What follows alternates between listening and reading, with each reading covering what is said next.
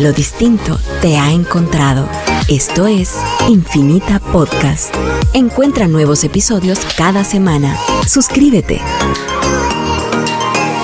DT, Decentralized Technologies.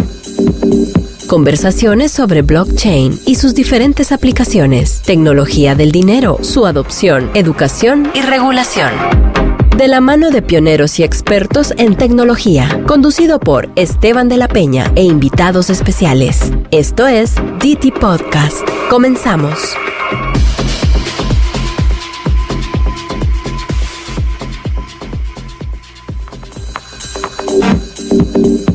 Bienvenidos al DT Podcast Special Live Edition. Hoy tenemos en este DT Podcast número 36 a un invitado muy especial.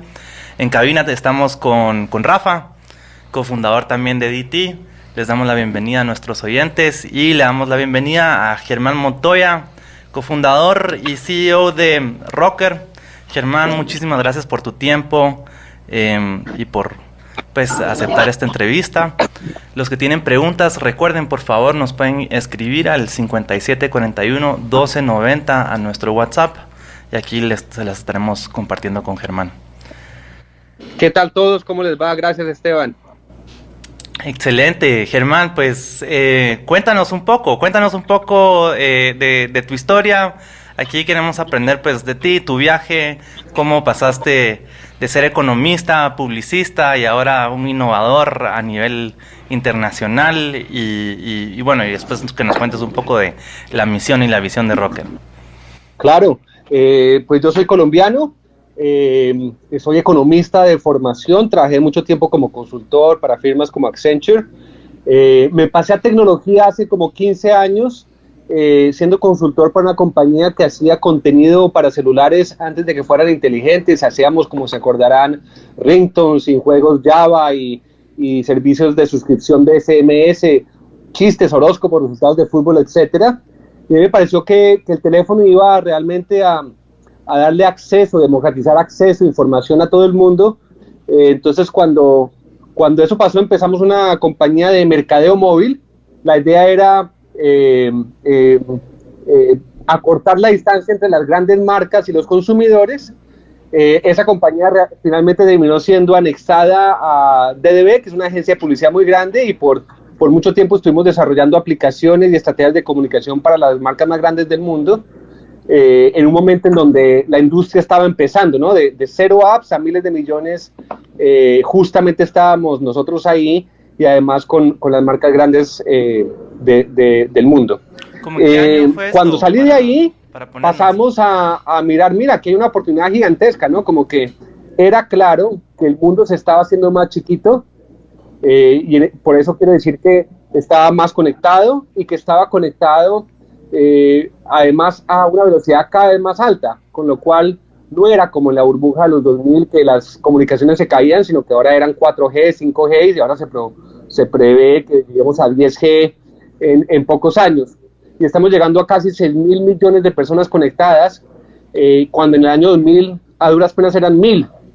Entonces, definitivamente es un mundo más chiquito, no solamente en términos de acceso a mercados, sino también de acceso a talento, acceso a problemas, acceso a puntos de vista, que creemos va a ser un cambio importante a futuro en nuestra sociedad. Y lo segundo que vimos en ese momento es que obviamente el poder de procesamiento computacional se había incrementado, y se había incrementado no en un 10% por año, sino más bien en un 1000% por año, con lo cual cosas que eran teóricamente posibles como la inteligencia artificial, poder sacar correlaciones de Big Data, inclusive esquemas de transacción peer-to-peer, como el blockchain, se empezaban a hacer posibles y seguros gracias al poder de procesamiento computacional. Y estando en Miami dijimos, bueno, esas dos tendencias son reales, son verdaderas. ¿Cómo hacemos para usufructuar de ellas? ¿Cómo hacemos para no simplemente ser observadores de las tendencias y además participantes? Entonces así fue como empezamos Rocker hace más o menos 7 años. La idea era crear compañías en ese mundo que le sacaran provecho a esas tendencias,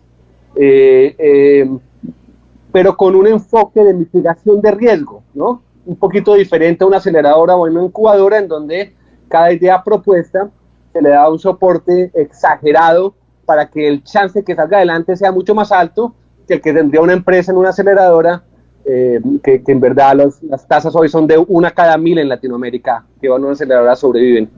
Y bueno, eso es lo que hemos hecho en Rocket. Llevamos 7 años en el mercado, hemos empezado 50 empresas en ese tiempo, de las cuales 40 han levantado por lo menos $1 millón y siguen vivas. Hace 2 años, además, levantamos un fondo de inversión con la idea de permitirle fácil acceso a capital a aquellas ideas que empiecen a tener tracción. Uno de los problemas que pasa en Latinoamérica es que las ideas son buenas, pero conseguir capital se demora mucho, y en ese tiempo se mueren las compañías. Entonces la idea era poder, digamos, acortar el tiempo entre probar que una idea es buena y levantar capital.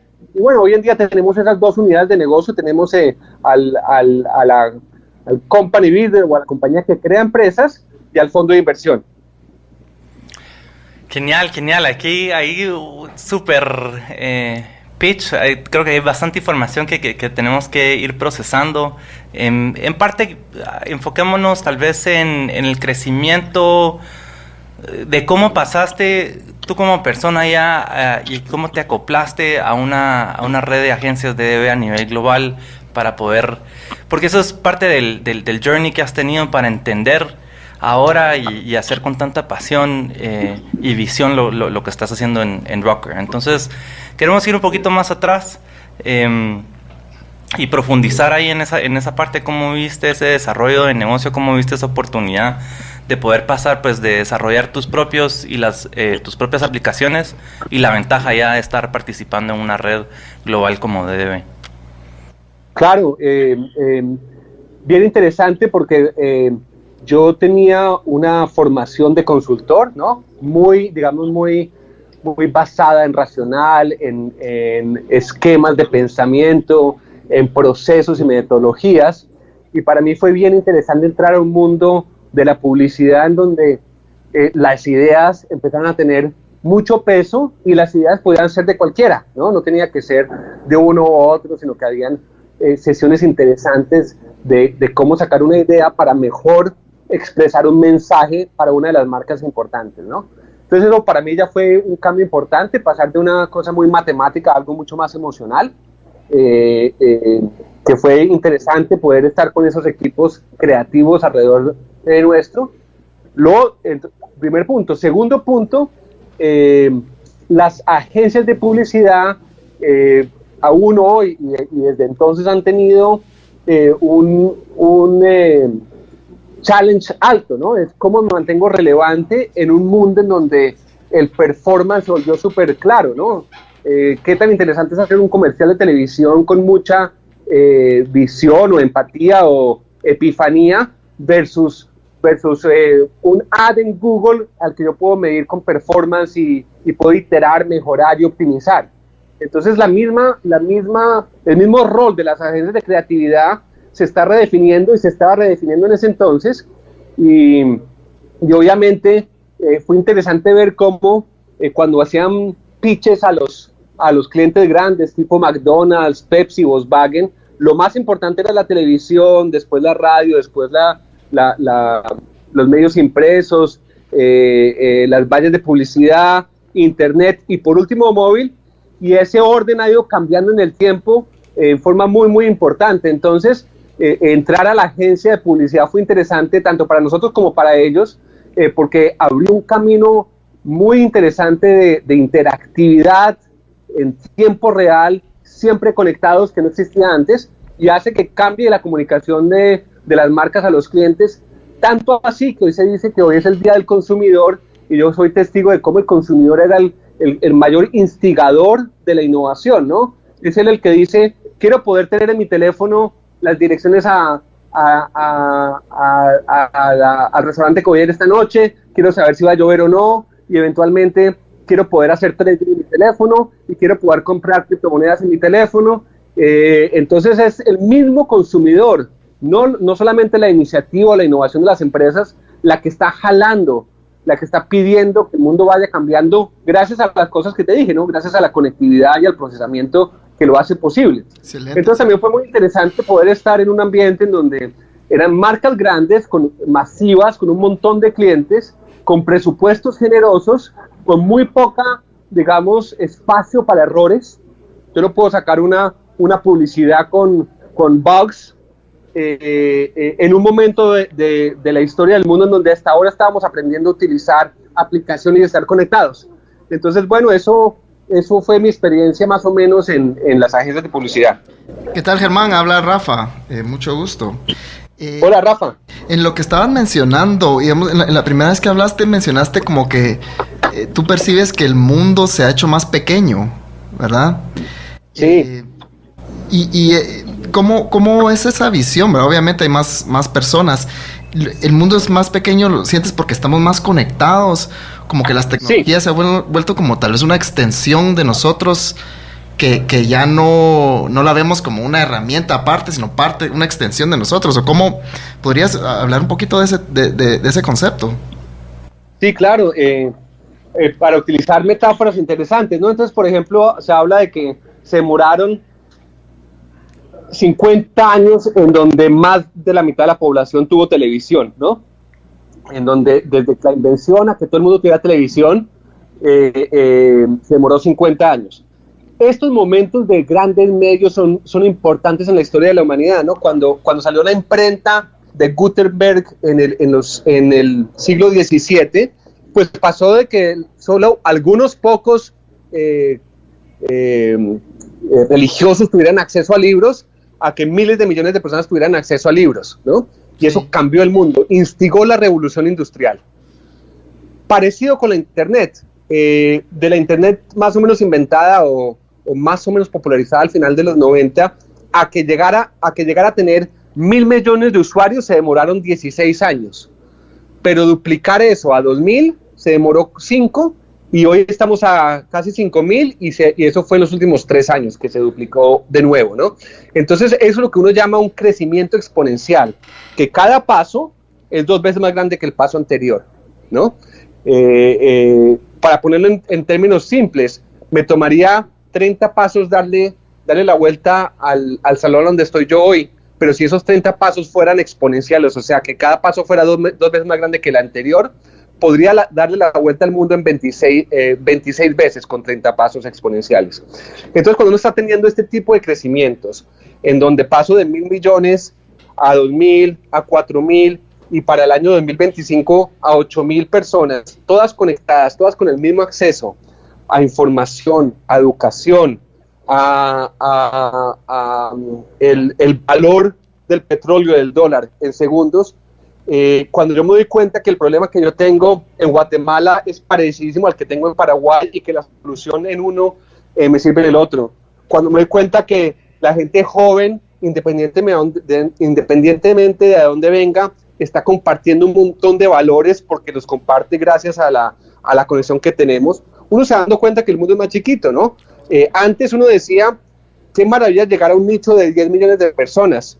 Era un mercado masivo. Hoy en día 10 millones de personas son un nicho, cuando uno puede llegar a miles de millones, ¿no? Si uno piensa en Facebook, que tiene 2.000 millones de clientes, o inclusive cosas nuevas como TikTok, que ya tiene 1.000 millones, pues claramente un mercado de 10 millones es solo un porcentaje pequeño de ellos, y yo puedo aspirar a que esos 10 millones puedan estar en cualquier parte del mundo. Me importa mucho más si son parecidos entre ellos a si son residentes de la misma zona. Sí, ahí con lo que indicas, hay 2 puntos que me interesan. Primero, como el contexto de Guatemala que mencionaste. Guatemala, por ejemplo, 55% de la población, bueno, somos como 15 millones de habitantes, para darte un ejemplo de un país, del país. Tenemos 55% de la población menores de 20 años. Y hay 11 planes de telefonía por cada 10 habitantes. Entonces, una población joven y conectada. Pero al mismo tiempo, 40% de la población no tiene una cuenta bancaria. Quiere decir que que hay una gran proporción, millones de personas que no tienen acceso a servicios financieros digitales. Dejo con ese comentario, nos toca ir a corte, pero regresamos para seguir platicando de ese tema. Gracias. Perfecto.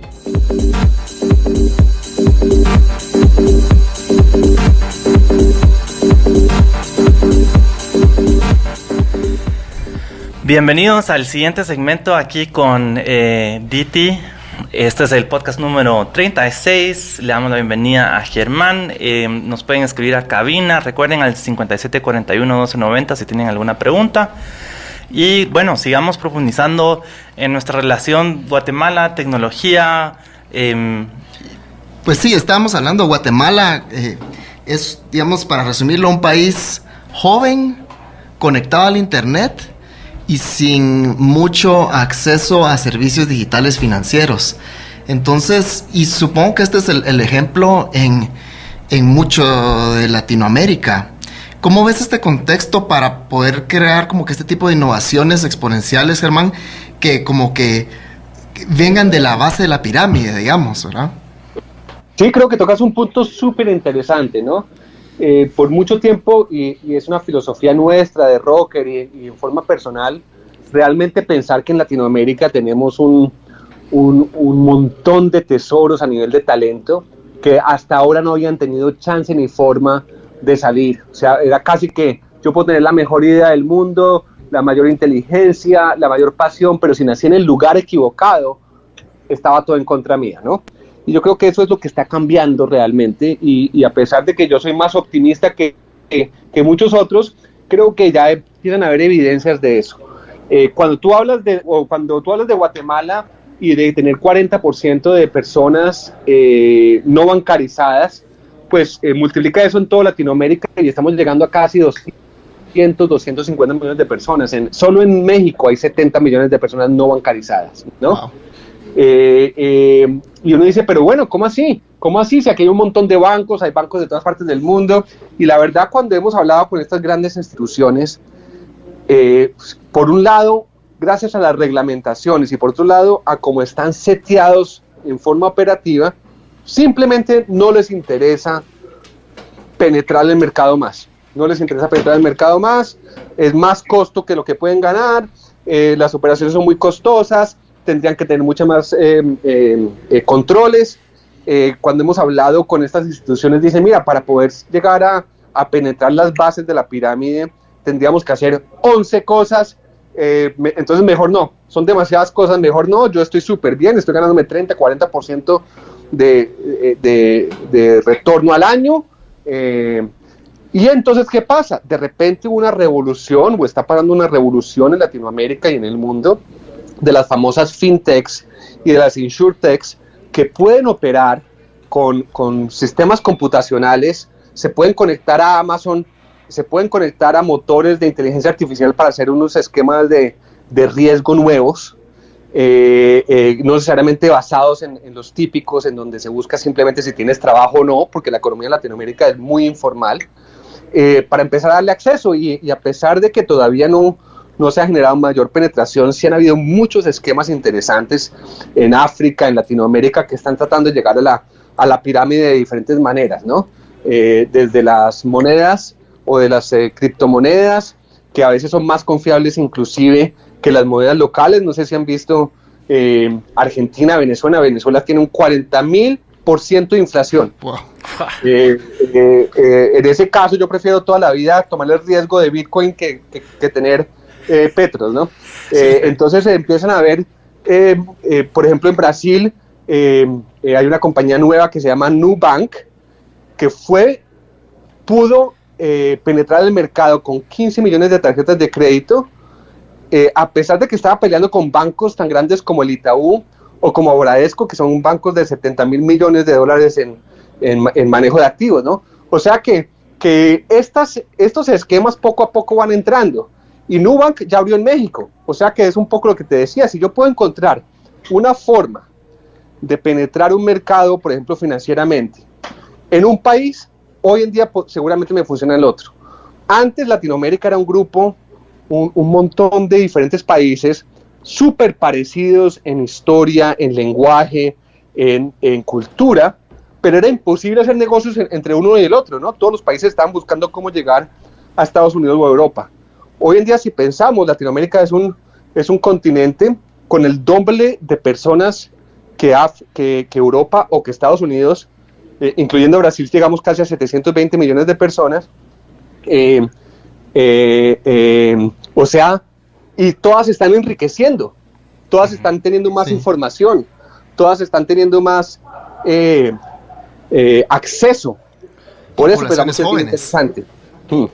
Entonces, para seguir ahí, te entiendo, tenemos la base tecnológica, la interconectividad, tenemos las similitudes en la parte social, pero en la parte de los decision makers y los decision takers, tenemos son un poquito anuentes a la innovación.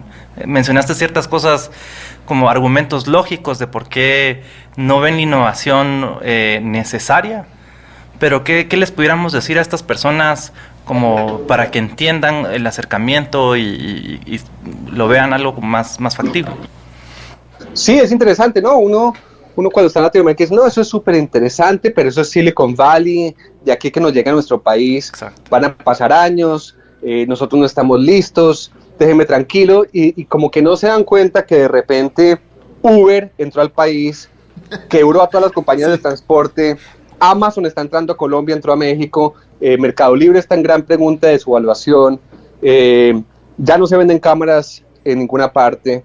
Entonces los cambios que parecieran que no son obvios, son súper obvios, ¿no? ¿Cuánta gente está viendo televisión más en Netflix que en el canal local? O sea, esos cambios que parecieran que no están sucediendo, sí están sucediendo. Y se van acelerando. Ese es el problema, que cuando uno está en un algoritmo exponencial, los primeros pasos no se ven, pero de repente empieza la curva a crecer muy, muy, muy rápido. Entonces yo diría que desafortunadamente es algo como que uno o lo ve o no lo ve.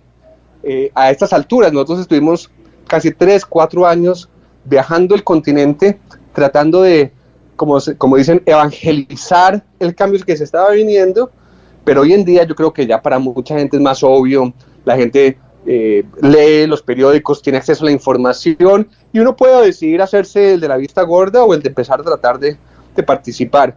Yo lo que les diría es que es los humanos estamos hechos para pensar linealmente, ¿no? Y no nos gusta el cambio, vamos en contra. Pero se viene. Sí, es interesante porque no solo las poblaciones, digamos que el mercado potencial es grande, sino que las herramientas están en las manos de cualquier developer. Si ves, como mencionaste Amazon Web Services, ¿verdad? Amazon te ofrece una infinidad de herramientas de APIs de inteligencia artificial donde tienes que ser un super data scientist y puedes pagar literalmente dólares o centavos de dólar para empezar a usar las herramientas, ¿verdad? Antes las grandes herramientas tecnológicas, digamos, estaban limitadas a las instituciones con mucho dinero de gobierno o de sector privado que podían pagar, digamos, por ejemplo, un mainframe, ¿verdad? Comprar un mainframe. Exacto. Que era para procesar, digamos, la información de un banco, eran millones de dólares. Entonces, literalmente, si no tenías millones de dólares, no podías poner un banco, pues, que funcionara digitalmente para atender a cientos de miles de cuentavientes. Pero ahora, si te subes sobre Amazon, tienes la capacidad de construir aplicaciones poderosísimas y pagar centavos para empezar, ¿verdad? Que son escalables. Exactamente. Yo no sé si se han dado cuenta, pero por ejemplo, yo tengo un plan con Google de memoria y tengo creo que 2 teradatos al mes, y yo no soy un programador, un usuario. Esos 2 teradatos al mes hace 10 años valían toda la plata del mundo. Hoy en día valen, creo que $4.99 al mes, ¿no? Eso es radical. O sea, lo que pensábamos que no era importante, lo que era escaso, que era el bandwidth, el storage, el procesamiento, hoy lo tenemos en abundancia. Sí, mencionaste eso que 1000% incrementaba anualmente o algo así la cantidad, la capacidad de procesamiento, ¿verdad? Y eso inversamente va con el costo de la tecnología, ¿verdad? Sí, la famosa ley de Moore, ¿no? Que Moore es el fundador de Intel, y desde los 60s pronosticó que la memoria se iba a duplicar en capacidad, la memoria electrónica en capacidad, y abaratarse a la mitad cada 18 meses. Y lo interesante es que eso ha seguido pasando desde entonces. Llevamos 50 años con ese patrón de comportamiento, a pesar de quién sea presidente, si hay o no recesión, si se cayó el valor del petróleo. Independientemente de eso, ese pronóstico se ha cumplido. O sea que 40 años de duplicar el año anterior, hoy en día estamos hablando, no sé si vieron mismo hoy en el periódico, pero Google alcanzó lo que llaman Quantum Supremacy. Correcto. Y pudo hacer una operación en el computador Quantum en 3 minutos, que si no hubieran sido Quantum, se hubieran necesitado, creo que algo así como 100,000 computadores por 10 años para hacerlo, ¿no? O sea, es increíble el avance y la velocidad y la capacidad de procesamiento que hemos alcanzado, ¿no? Buenísimo. Y mira, y regresando al contexto de Latinoamérica que estabas mencionaste que como que servicios financieros definitivamente es ahorita donde hay un montón de oportunidad para innovación, para poder atender a todo este mercado de cientos de millones de personas que no tienen acceso al dinero digital, digamos. ¿Qué otras áreas de innovación disruptiva o exponencial puedes ver en estos mercados, digamos? Pues es interesante, ¿no? Lo que usualmente eran problemas, hoy en día para mí son las mayores oportunidades de negocio, ¿no? Por ejemplo, acceso a salud, a educación, a agua potable, a energía, a información, todos esos que son cosas que en Latinoamérica a veces no son fáciles, pues hoy en día son a donde debíamos estar innovando y apostando, ¿no? Porque va a tener de una vez un impacto grande y tiene millones de usuarios. Para ser más específico, por ejemplo, como un subgrupo de fintech, pero aún creo que aún más interesante es lo que llaman insurtech, que es la reinvención de la industria de seguros, ¿no? La industria de seguros, casi que por definición, está basada en datos, ¿no? Si ustedes conocen un poquito de eso, siempre eran unos actuarios definiendo el nivel de riesgo de una población, el pago de los muchos paga el siniestro de los pocos, pero a pesar de que era matemático y basado en datos, pues no ha cambiado en 400 años, ¿no? Y de repente en los últimos 5 o 6 años hubo una explosión de datos. Entonces yo ya no solamente sé los índices de mortalidad, por ejemplo, para un seguro de vida, sino que puedo medir la salud de la gente, puedo correlacionar con genética, etnia, género. Entonces de repente tengo un montón más de datos que tiene que afectar un análisis de riesgo. Sí, de los inputs, ¿no?, al modelo, ¿verdad? Claro, entonces de repente toda la industria de seguros que estaba tratando de optimizar o de bajar el riesgo una vez que ocurra lo que llaman el siniestro, hoy en día está cambiando a prevenir, predecir, todo preventivo. Si yo sé que una máquina se me puede llegar a dañar y me va a causar 3 días de cerrar mi fábrica, pues mucho más inteligente pronosticar cuándo se me va a dañar, arreglarla, hacerle el mantenimiento 3 días antes y no correr el riesgo que tener que pagar el riesgo. Entonces, y en Latinoamérica la financiación de seguros en general no llega al 3% y en algunos países es aún menor.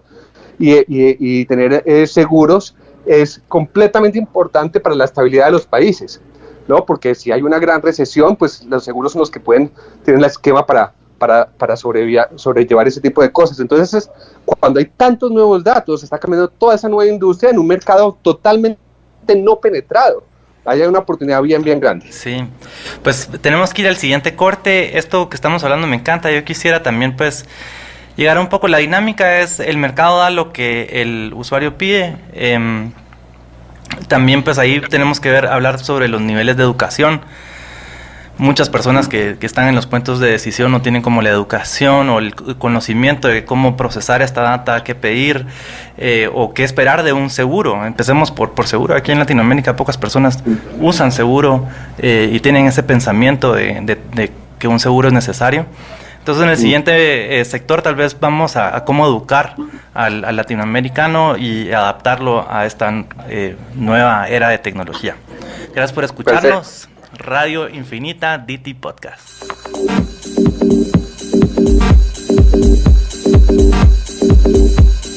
Bienvenidos a este Special DT Podcast Live Edition.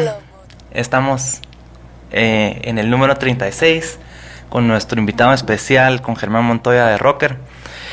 Bueno, entonces, Germán, sigamos hablando. Estábamos hablando de cómo al final realmente solo es el conocimiento lo que nos está separando a nosotros latinoamericanos a entrarle de lleno a esta innovación, y cómo podemos motivarnos a aprender más, a empujar nuestros propios paradigmas de lo que se puede y no se puede hacer en nuestros países para alcanzar esa innovación, para realmente traerle fruto y crecer, porque entre más crecemos como economía, más crecemos todos como sociedad y como personas, pues.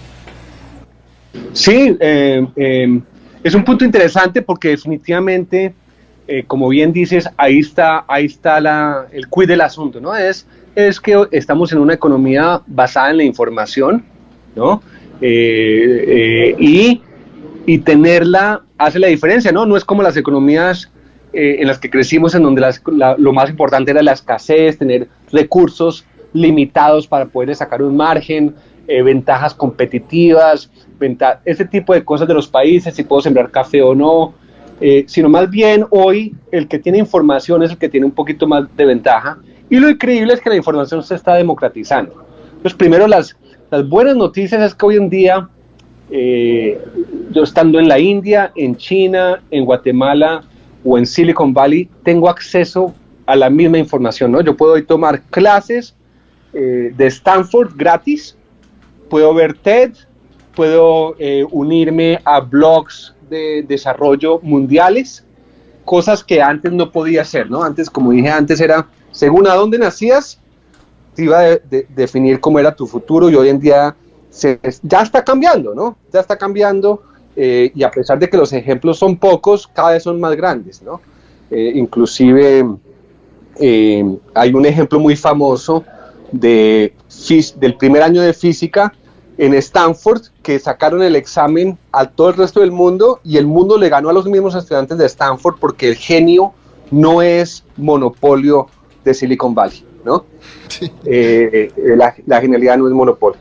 Entonces, por ese lado, el acceso ha cambiado, ¿no? Ustedes podrán saber, y todavía no lo sabemos manejar, no sabemos cómo digerir noticias, no sabemos quién tiene la razón y quién es la verdad, pero estamos empezando a aprender, y por lo menos hay discusiones fuertes de todo tipo, entre todo tipo de personas, que antes simplemente no sucedían, ¿no? Antes eran dos partidos políticos, dos puntos de vista, medio negociado. Ahora hay mucha más información y mayor acceso. Pero por otro lado, obviamente, yo no estoy diciendo que ya todos estamos igualmente educados, ¿no? Y ahí yo veo es la oportunidad, ¿no? Ustedes habrán visto plataformas educativas desde lo más básico hasta lo más especializado, algunas gratis, algunas no. Entonces creo que ese tipo de acceso más temprano que tarde empieza a tener efecto, ¿no? Tanto es así que si uno se pone a ver la inversión en nuevas startups en Latinoamérica, había estado creciendo desde la burbuja lentamente hasta que en el 2017 se llegó a $1.000 millones de inversión, pero del 2017 al 2019 se ha multiplicado por 7, con la entrada de SoftBank, con Kazakh triplicando el fondo, Rocker tiene su propio fondo de $220 millones, o sea que pasamos de una inversión de 1.000 a 7.000 en 3 años. Claramente están cambiando las cosas, ¿no? Y esas inversiones son en salud, en educación, en fintechs, ¿no? Entonces, yo soy optimista en que eso va a ir cambiando.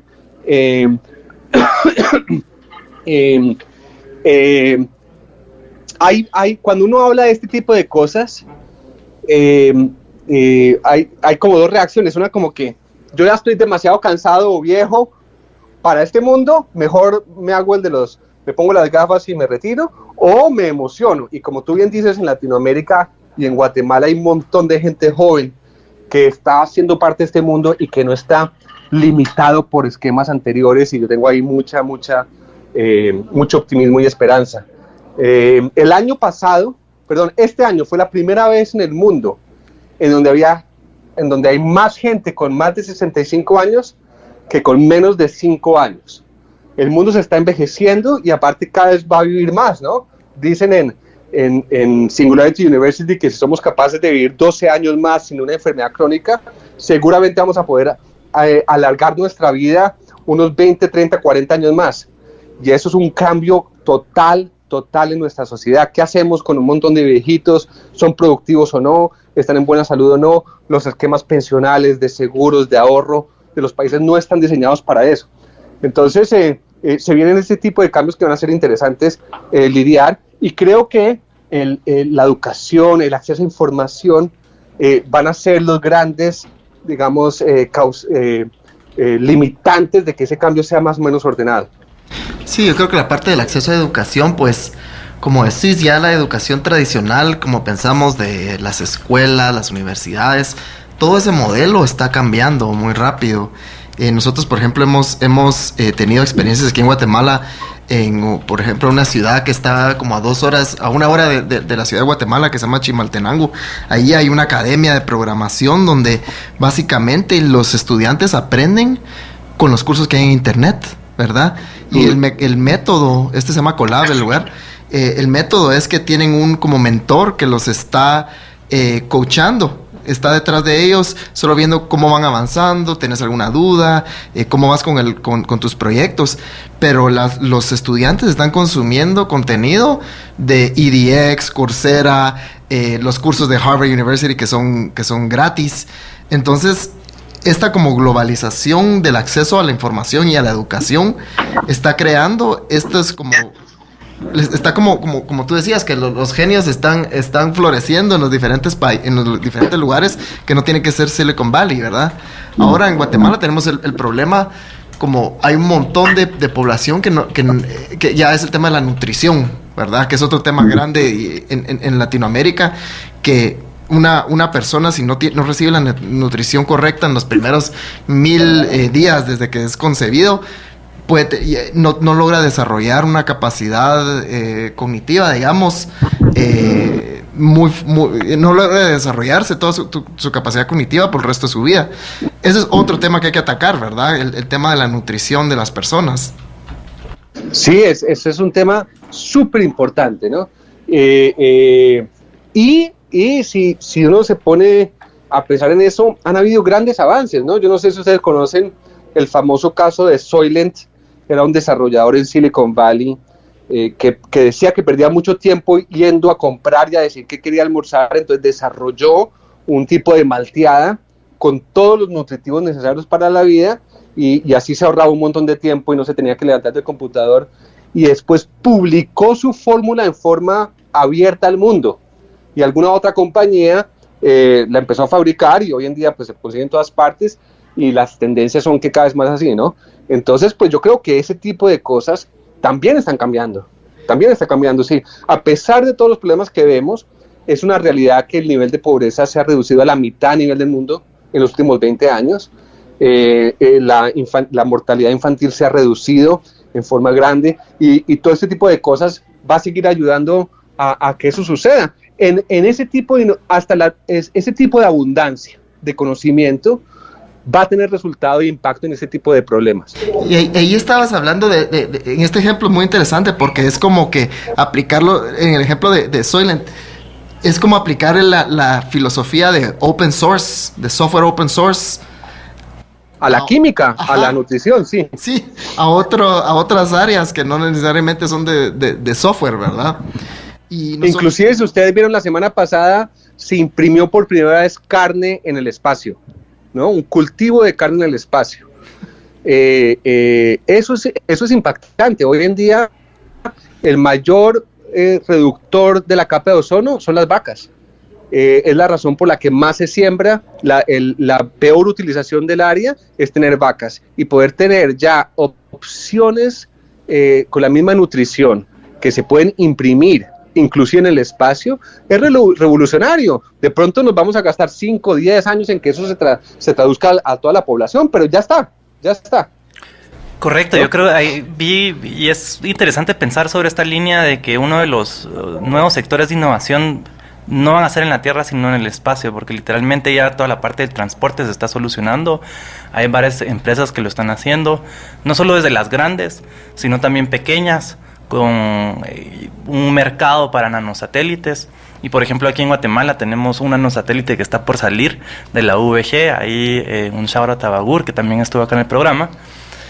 Entonces, si vemos, todo es ¿cómo empujo yo mi paradigma de qué es lo que puedo hacer? ¿Cómo me informo más para poder actuar? Entonces, en el próximo segmento, pues ya vamos a entrar un poquito a Rocker, qué es lo que está haciendo en la región, en Latinoamérica, y dónde ve los puntos de innovación más grandes. Gracias por estarnos escuchando. Este es el DT Podcast número 36.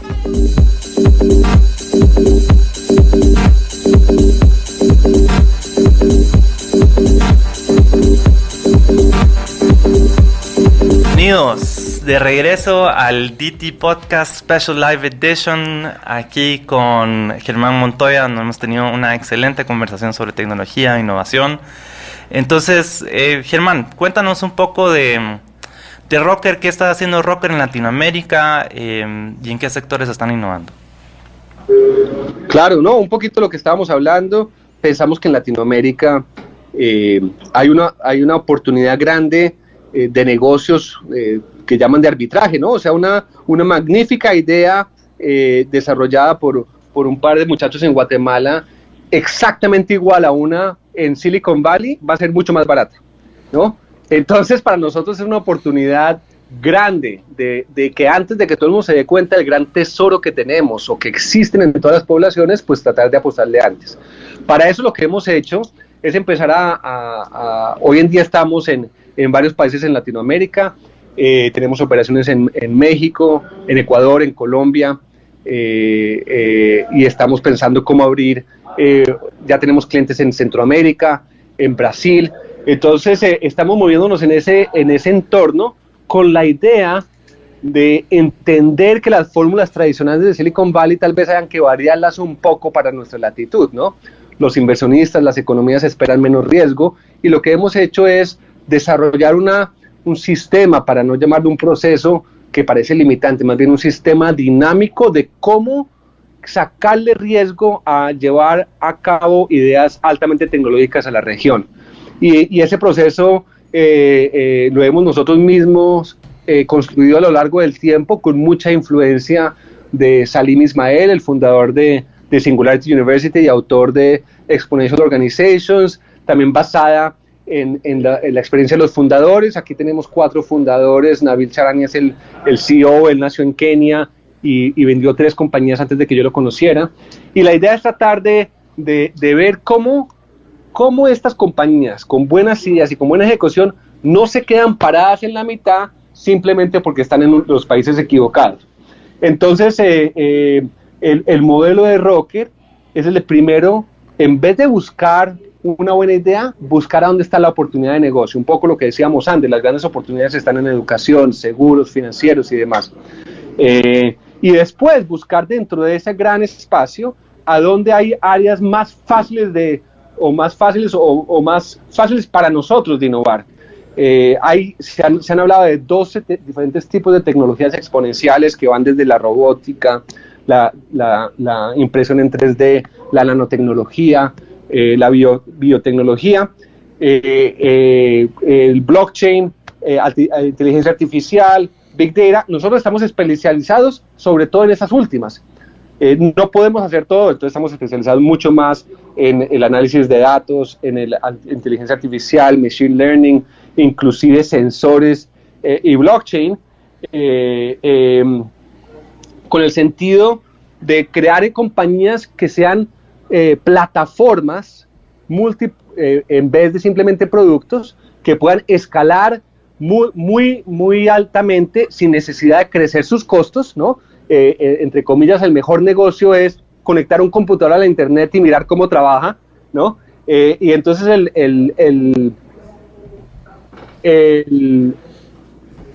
la forma de pensar de Rocker es buscar esas oportunidades, inicialmente gastarse un tiempo importante en validar la propuesta de valor y después crear productos en forma iterativa, ¿no?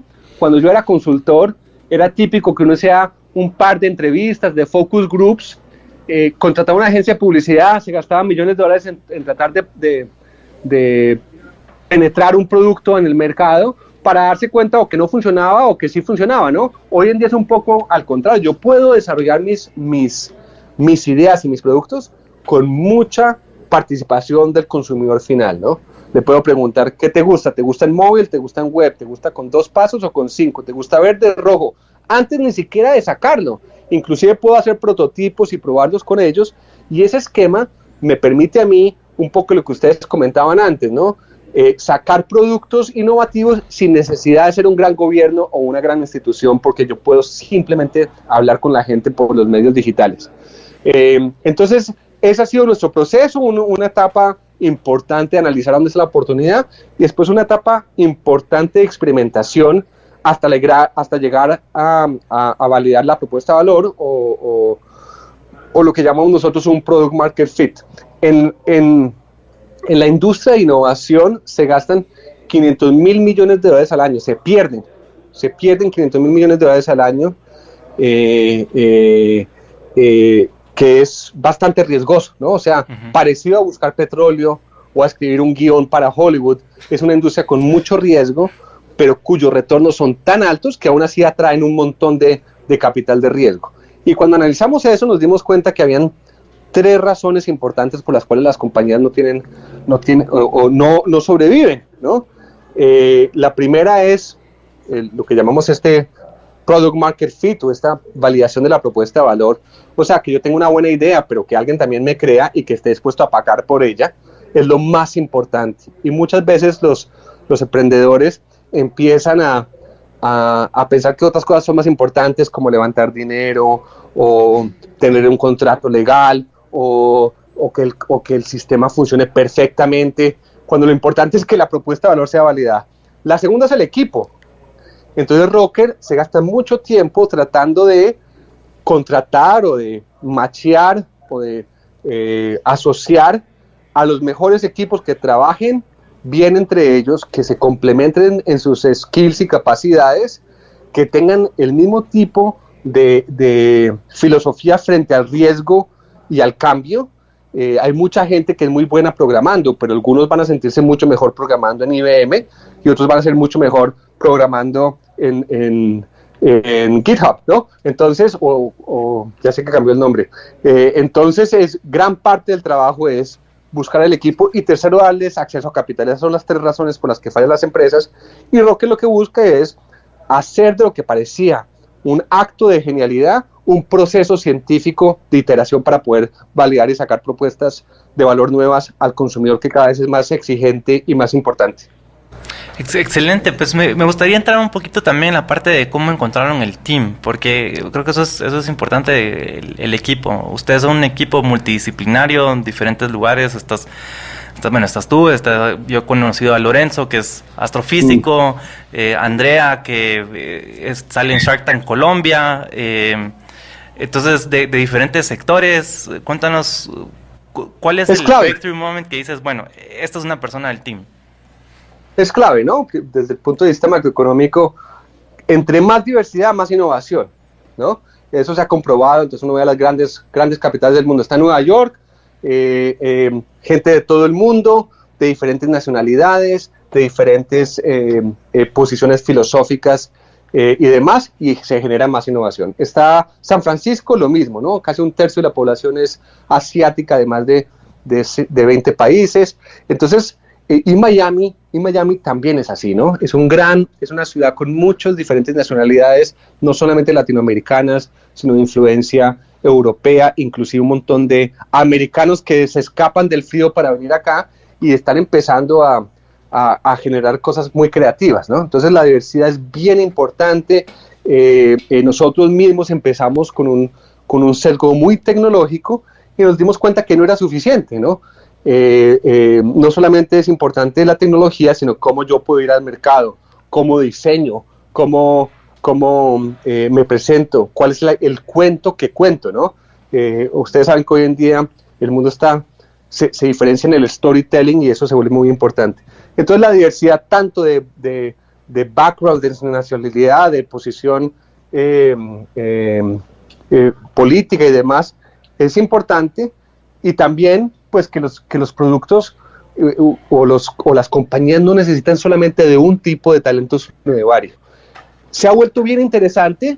Se dice que se necesitan 4 personas o 4 perfiles dentro de un equipo inicial de una compañía: el visionario, el visionario que empuja al equipo, mantiene la pasión y demás, el arquitecto del producto, que es el que entiende o el que traduce cómo el consumidor se quiere relacionar con el producto, el lead developer, ¿no? Que es realmente el que hace que la tecnología suceda, y después una persona de negocios o de marketing, y esas 4 personas tienen que tener, ojalá, complementariedad, la misma pasión por el producto y la misma aversión al riesgo, o el mismo nivel de aversión o de amistad al riesgo, ¿no? No es solamente el skill, pero por ejemplo muchas veces vimos que yo tenía una gran idea y mi desarrollador es mi vecino, porque sé que él hace web, pero mi idea es sobre cómo curar el Alzheimer y a él lo que le gusta es hacer juegos.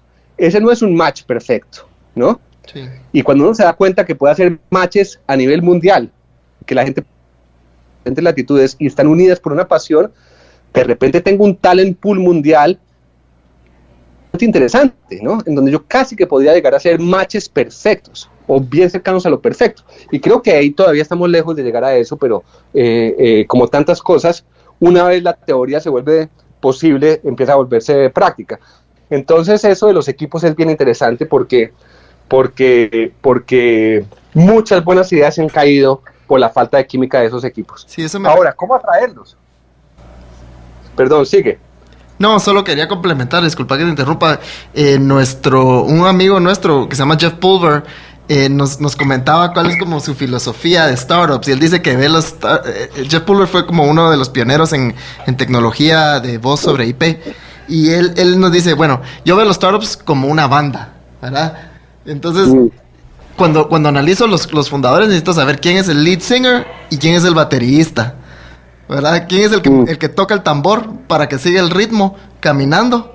¿Y quién es el lead singer, que es el que se para y blows people's minds hablando? Y eso es como él es su alegoría, su metáfora que utiliza para cómo identificar un buen equipo para un startup.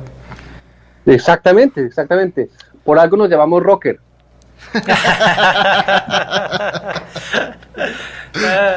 Y bueno, pues entonces sí, cuéntanos, ¿cómo atraemos ese talento? Sí, yo creo que, bueno, cuando yo fui a la universidad era interesante, ¿no? Era como que, ¿cómo me voy a preparar para conseguir un buen trabajo? Hoy en día es como que, ¿cómo voy a la universidad para crear mi propio trabajo, ¿no? Es más, cuando yo estaba creciendo en Colombia, el que decía me voy a volver empresario, era como que, es que no pudiste conseguir trabajo. Era como completamente negativa la connotación. Hoy en día es exactamente al contrario, ¿no? Es como, ¿quién va a ir a trabajar en las grandes empresas cuando podrías crear tu trabajo? Justo tenemos a un muchacho nuestro que lo pasamos a San Francisco y dice que es más fácil levantar dinero que conseguir trabajo en Silicon Valley, ¿no? Y sí, se cambió a eso. Entonces yo creo que ahora cuando vamos a las universidades, cuando hablamos acá, pues lo más importante es el fit cultural, ¿no? Inclusive más importante que los skills. Pero se está volviendo bien interesante una propuesta de trabajo como esta, en donde uno tiene acceso a un montón de personas que piensan igual. Menos riesgo que completamente ir a hacer su propia empresa, porque aquí creemos que hay una posibilidad de crear empresas sin tomar riesgo, ¿no? Usualmente se entendía que el empresario era el tipo loco que está dispuesto a hipotecar su casa, vender a su mamá, todo por lograrlo. Y eso lo que hacía es que un montón de genios, de gente inteligente no estaba atraída al sector, ¿no? Porque entonces yo tenía unos programadores buenísimos que decían, no, yo no voy a hipotecar mi casa, ¿no? Entonces nosotros pensamos que al bajarle riesgo a crear compañías pueda poder accesar pools de inteligencia que antes estaban afuera del modelo. Excelente. Entonces creo que todas estas cosas están atrayendo. Perdón, que es que tenemos que cortar ya, que viene el siguiente, los anuncios. Vamos a seguir con esto en el siguiente segmento. Creo que esta conversación está extremadamente formativa, de mucho aprendizaje. Espero estén escuchando y se la estén disfrutando. Este es el DT Podcast.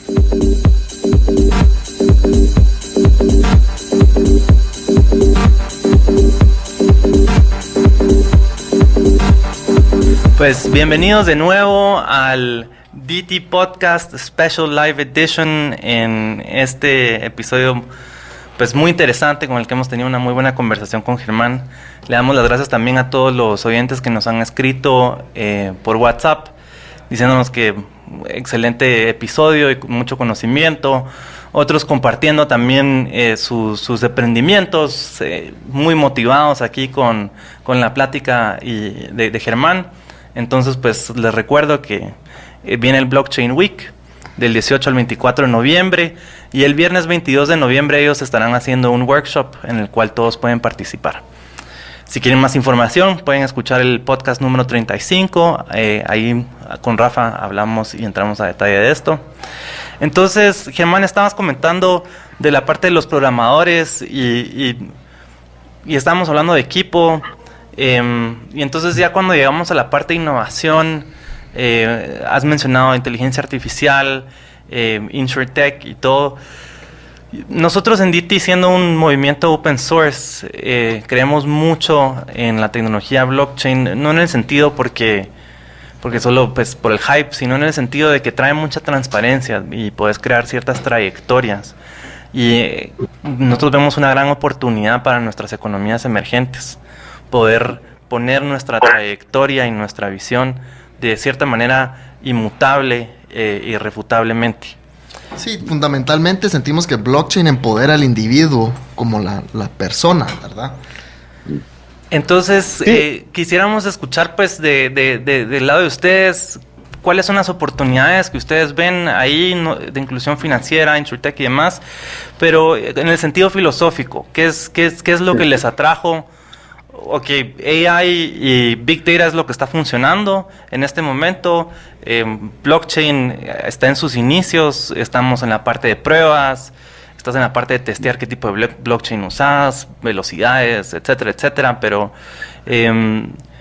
como del lado filosófico, ¿qué es lo que te atrae a esta tecnología? Mira, como economista tal vez en Latinoamérica, hemos nosotros sufrido de tratar de copiar instituciones de otros países para que funcionen en los nuestros, ¿no?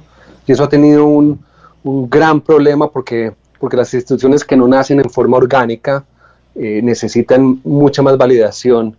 Entonces estoy hablando, para volverlo específico, ¿no? Los bancos centrales, los gobiernos, los esquemas de decisión han sido súper centralizados. Y no están, no solamente son centralizados, sino que son impuestos, no nacen de la misma cultura de la gente, porque son o que lo trajeron los españoles o que se impusieron con alguna cosa, ¿no? Entonces estas instituciones no son como, por ejemplo, el Banco Central Americano que creció con la cosa. Entonces eso ya tiene dos problemas. Uno es que no es confiable o no confía, y segundo que es realmente manejado por un par de personas que piensan que entienden y saben más que los demás. Y por eso yo hablaba de los ejemplos de, por ejemplo, la inflación argentina en el último siglo, o inclusive ahora, no sé si han visto, pero la moneda cambió de tener 20 pesos al dólar a 60 pesos al dólar en menos de un mes. Sí. Y así unas inflaciones de 40,000% en Venezuela, esquemas de votación en Bolivia que son muy, muy cuestionables. Y uno dice, bueno, entonces, ¿cómo no creo en estas instituciones?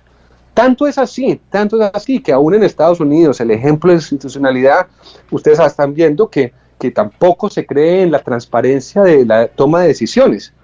Entonces creo que blockchain o en general sistemas descentralizados o esquemas participativos confiables son la solución a este tipo de centralización del problema. A nivel filosófico, esa es la gran oportunidad ahí.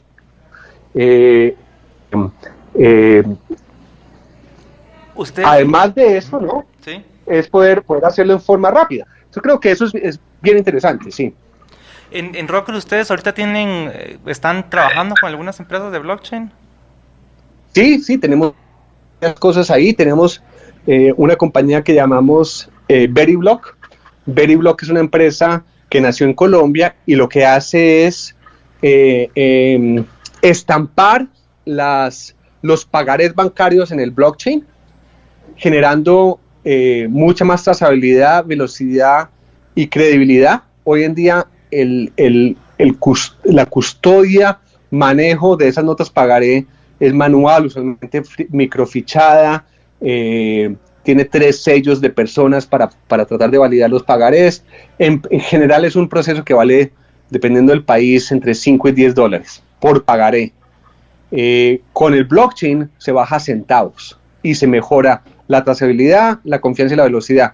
Esa compañía le ha ido muy bien, estamos trabajando con los bancos más importantes del país y vamos mejorando la tecnología, ¿no? Ese es un ejemplo. El otro ejemplo, somos grandes creyentes de una moneda y de una tecnología que se llama Algorand. Algorand es una alternativa al Ether, con una velocidad y confiabilidad mucho más grande, que les pido que si están interesados la investiguen. Yo tengo mi wallet ya, y tengo unos algos también ahí. Sí, bien interesante. Inclusive hemos estado mirando, por ejemplo, cosas ya más desde el punto de vista del fondo y su inversión, que están, por ejemplo, esquemas en MIT que están buscando poder, digamos, afectar el ADN de las personas y publicar ese tipo de contenido en forma pública y basado en el blockchain para que no se pueda hackear o diferenciar. Es interesante que esas encriptaciones que son bastante difíciles de desencriptar, ahora con el quantum computing se volvieron fáciles. Entonces me pregunto yo cómo vamos a evolucionar ese tipo de cosas. Sí, eso es un tema desde que Google pues sacó hace pocos días lo de Quantum Supremacy, que ha salido por todos. Ya se va Bitcoin y todo, y se va a acabar y todo, pero yo creo que también es importante entender cómo funciona, ver el video y realmente entender y ver el tamaño de la operación que es, y la operación que ellos hicieron al final. Es apenas inicial, es una... Y necesitas pues también esa parte de un chip que en un estado físico pueda estar en 3 diferentes estados. Entonces todavía no es de que ya vamos a tener quantum computing en nuestro celular. No, y que si tuviéramos, pues entonces tendríamos que encriptarlo con quantum computing, no desencriptarlo. Sí. Correcto. Y nosotros como DT, como lo vemos, es que como hablamos, la blockchain empodera al individuo en el sentido de que tú controlas tu dinero o lo que la representación que tienes en el blockchain directamente con tu wallet y tus private keys, y nadie te lo puede quitar, ¿verdad? Y como hemos evolucionado nosotros como un movimiento open source, la filosofía es crear protocolos o aplicaciones en blockchain que faciliten el acceso a estas herramientas que hablamos de blockchain, ¿verdad? Por ejemplo, nuestro primer proyecto fue una cosa que se llamaba Simple ICO. Básicamente era una página web donde cualquier persona puede crear su propia token.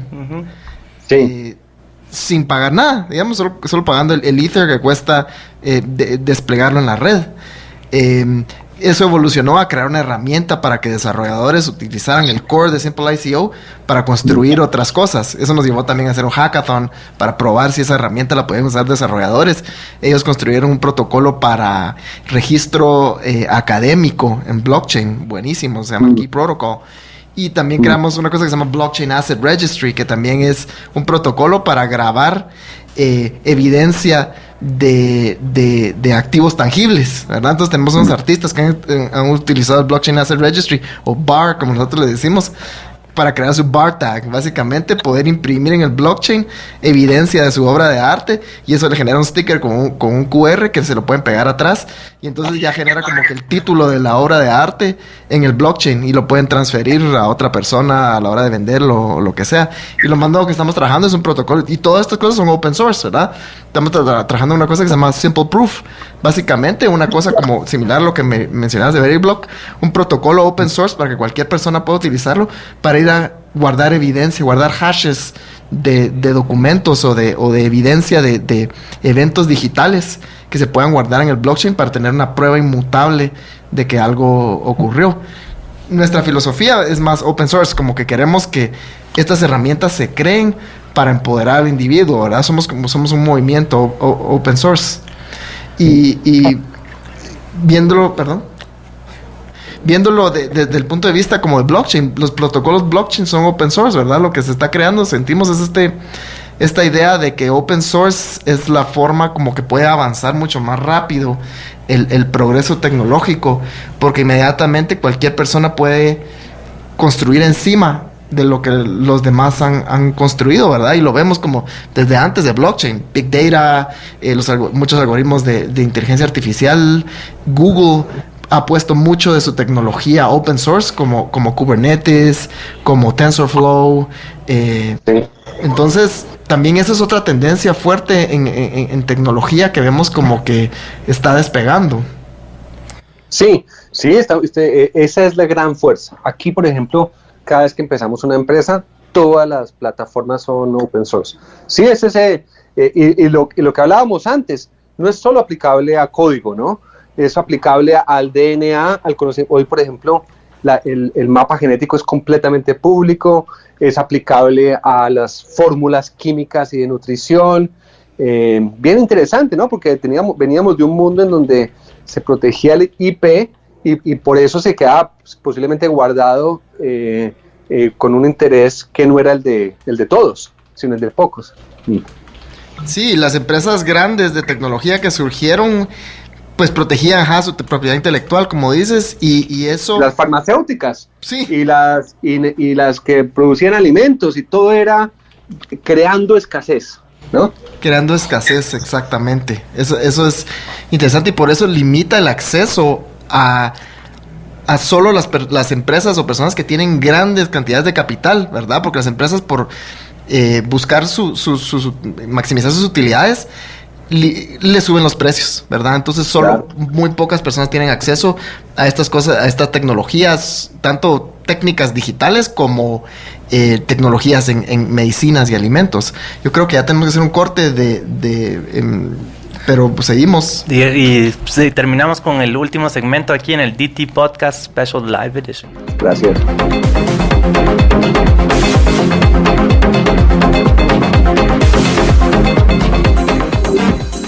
Bienvenidos de regreso al último segmento del DT Podcast Special Live Edition número 36. Le damos gracias a todos nuestros oyentes que nos están escribiendo por WhatsApp, felicitándonos por este excelente episodio.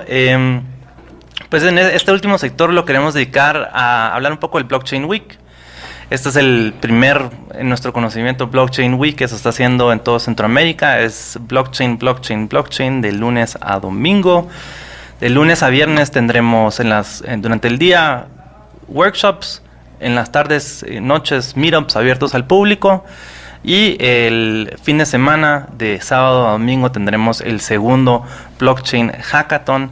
Pero la diferencia de este Blockchain Hackathon que aprendimos del primero es que este Blockchain Hackathon va direccionado a los web developers, para que cualquier developer que sepa simplemente desarrollar pueda venir, unirse, juntar un equipo, sentarse con personas que tengan ideas de blockchain y demás, y así ir aprendiendo y este nuevo skill, pues, de cómo aprovecharnos de esta tecnología open source accesible a todos.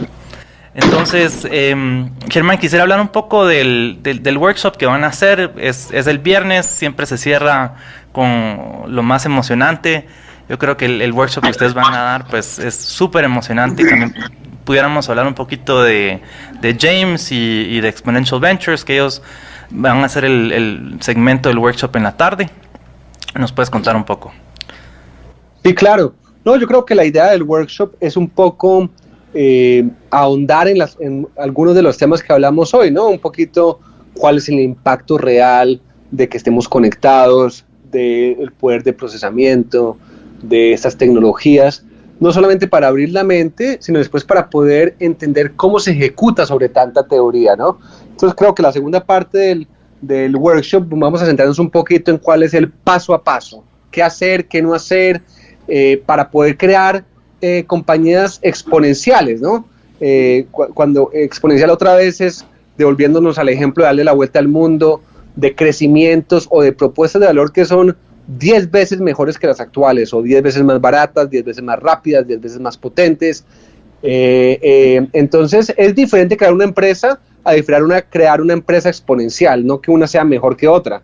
El que crea una experiencia de un restaurante único es bastante difícil, y como ustedes saben, un restaurante solo 1 de cada 5 restaurantes vive más de 5 años. O sea que es casi igual o casi tan difícil como crear una empresa, con lo cual no le quito mérito. Pero para crear empresas exponenciales se necesita pensar y tener cierto tipo de ambición, y de eso vamos a estar hablando en ese día, ¿no? En general hemos podido entender 10 factores organizacionales específicos que hacen que el chance de crear una empresa exponencial sea más alto que no. Estos incluyen, por ejemplo, el uso de algoritmos, el uso de dashboards para tomar decisiones, crear comunidades, etcétera, etcétera. Y de eso vamos a estar hablando ese día viernes en Guatemala. Excelente. Y tal vez si nos puedes contar un poquito de James y Exponential Ventures. Claro, James Wallace es el líder de Exponential Ventures, un fondo de inversión que se enfoca en invertir en blockchain, en compañías de blockchain, y que además, como nosotros, cree en el potencial latinoamericano y en el genio latinoamericano, ¿no? Ustedes en DT han logrado crear una comunidad de desarrollos en blockchain bastante impresionante, y quién lo hubiera pensado hace algunos años que iban a salir de este país, ¿no? Entonces creo que James, como nosotros, somos verdaderos creyentes en esta oportunidad. James ha estado invirtiendo en la tecnología por mucho tiempo y cree en Latinoamérica, y va a ser muy bueno estar con él allá en Guatemala. Sí, excelente. Pues a ustedes, gracias realmente por venir a Guatemala y compartir su conocimiento y su visión y su misión con nosotros. Bueno, pues entonces ahí les queda la invitación a todos los oyentes, ¿verdad? Viernes 22. Se pueden registrar en nuestra página web, decentralizedtechnologies.io. A través de radioinfinita.com también tendremos más información. Ellos son nuestro official media partner, y ya en los próximos días empezarán a escuchar más información sobre los diferentes workshops que tendremos. Entonces,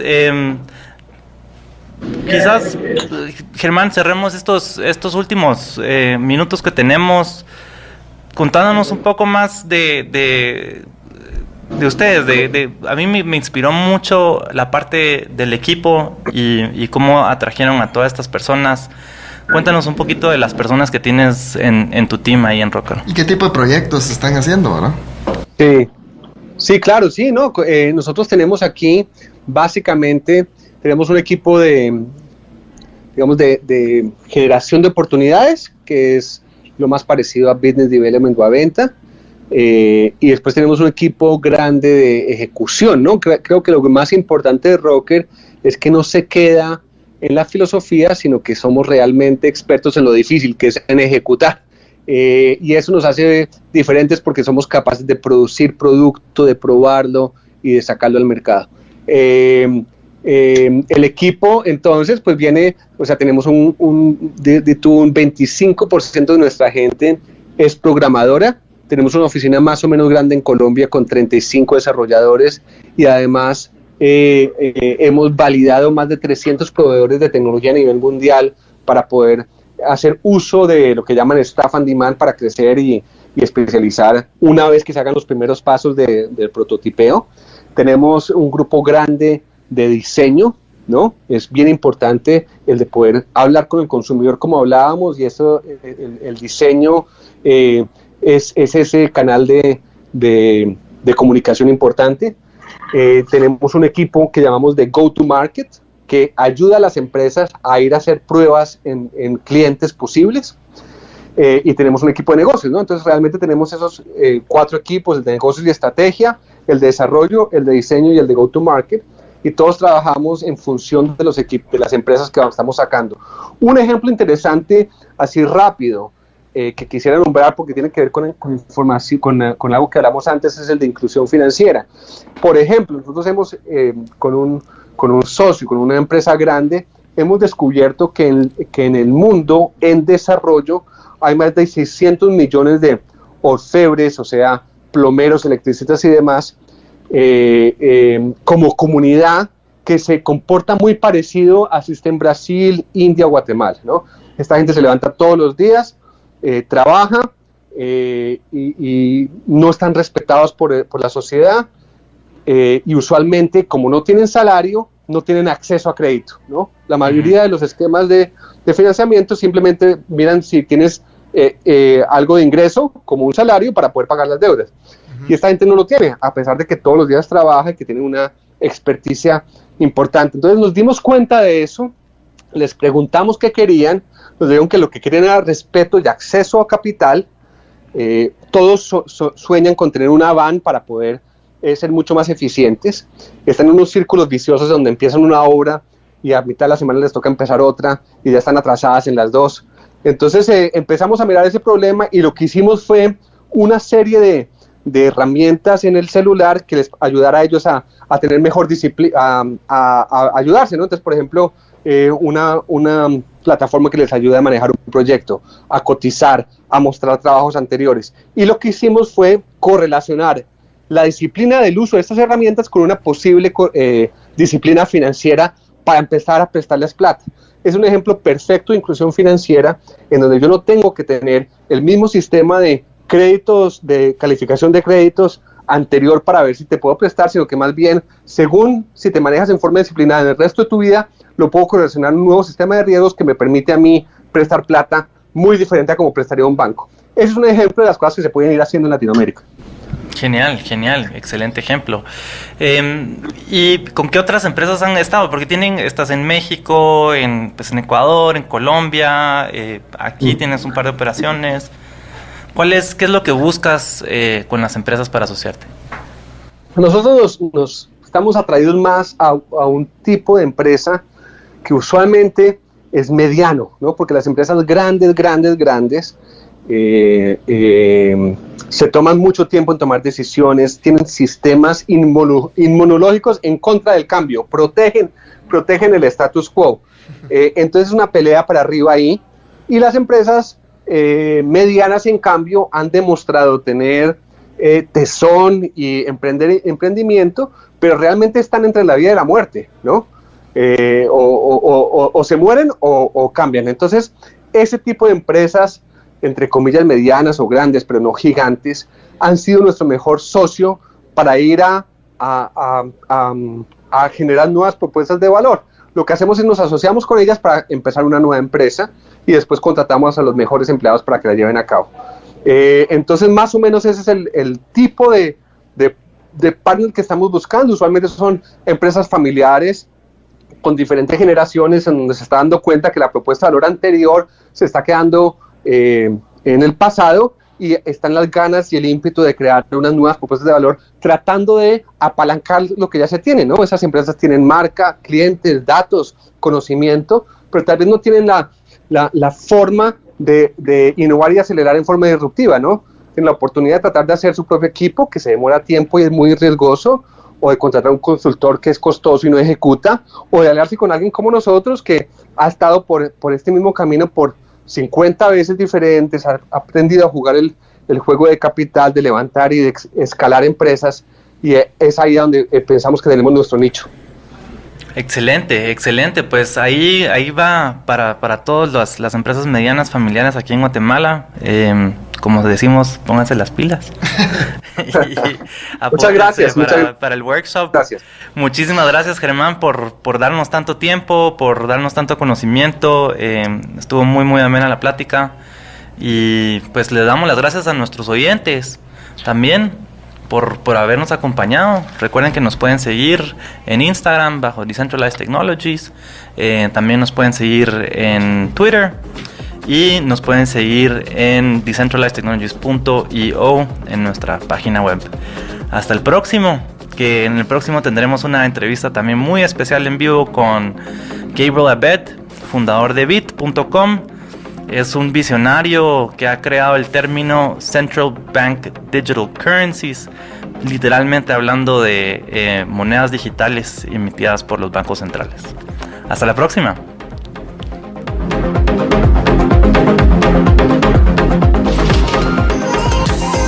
Lo distinto te ha encontrado. Esto es Infinita Podcast. Encuentra nuevos episodios cada semana. Suscríbete.